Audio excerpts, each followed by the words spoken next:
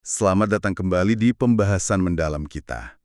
Hari ini kita mau coba bedah bab pertama dari buku yang menurut saya penting banget, How to Read a Book. Pernah nggak sih Anda ngerasa kayak, wah info banyak banget tapi kok malah bingung ya? Nah, bab ini ngajak kita lihat lagi dasar-dasar membaca. Betul. Apa sih membaca aktif itu? Terus, apa bedanya baca buat tahu fakta aja sama baca biar benar-benar ngerti? Sama satu lagi, gimana membaca itu sebenarnya proses belajar?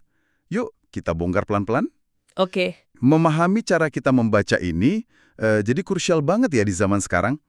Sumber kita kali ini kan menekankan perbedaan penting antara ya sekedar ngumpulin info sama beneran dapat pemahaman. Hmm, Ini relevan banget buat Anda yang mungkin pengen nguasain satu topik gitu ya, tapi nggak mau tenggelam sama detail-detail kecil yang nggak ada habisnya. Oke. Kita mulai dari yang paling dasar dulu deh. Ada anggapan kan kalau baca itu pasif. Kita duduk, buku dibuka, terus informasi masuk gitu aja. Buku ini bilang, wah, nggak gitu. justru keliru ya. Iya, keliru banget. Membaca itu aktif. Ada analogi bagus di sini, pembaca itu kayak penangkap bola kasti. Oh, yang itu ya. Iya, penulis ngelempar informasi, kita yang harus aktif nangkep.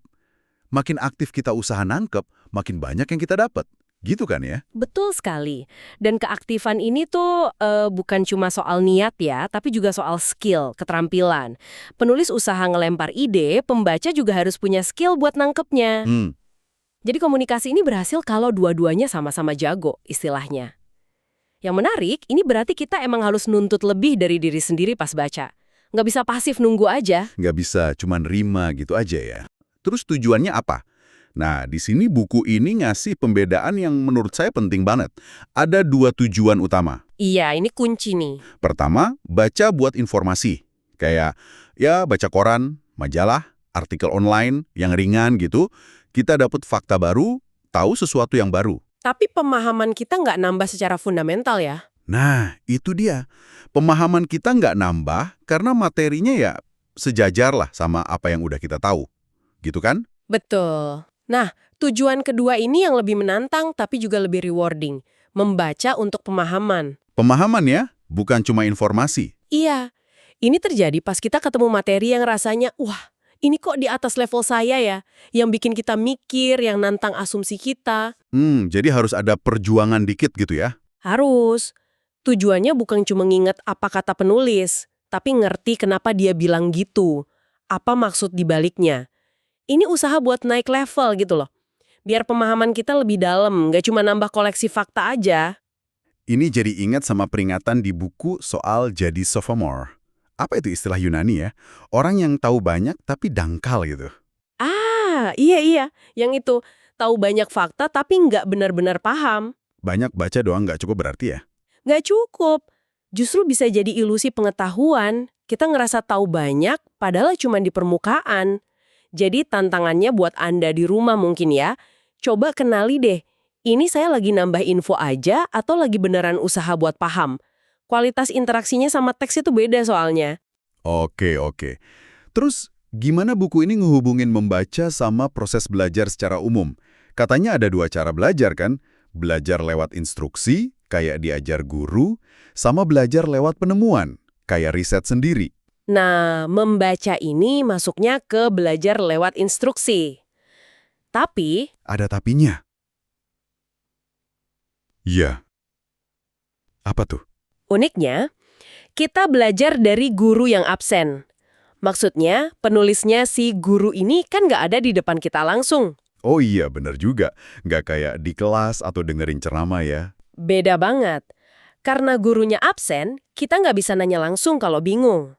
Makanya, keaktifan yang tadi kita bahas jadi makin penting. Jadi kita yang harus nanya ke teksnya gitu. Persis, kita harus bisa menginterogasi teksnya sendiri, narik maknanya secara mandiri.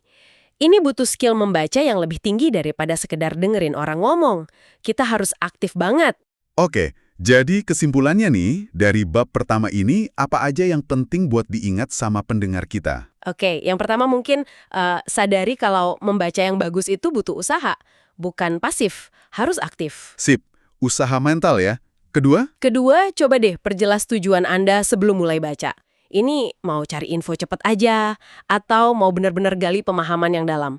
Karena pendekatannya beda nanti. Beda cara bacanya ya. Oke. Yang ketiga? Yang ketiga, ingat kalau membaca untuk pemahaman itu kayak belajar dari guru yang absen. Ini seni tersendiri yang perlu dilatih skillnya. Menarik.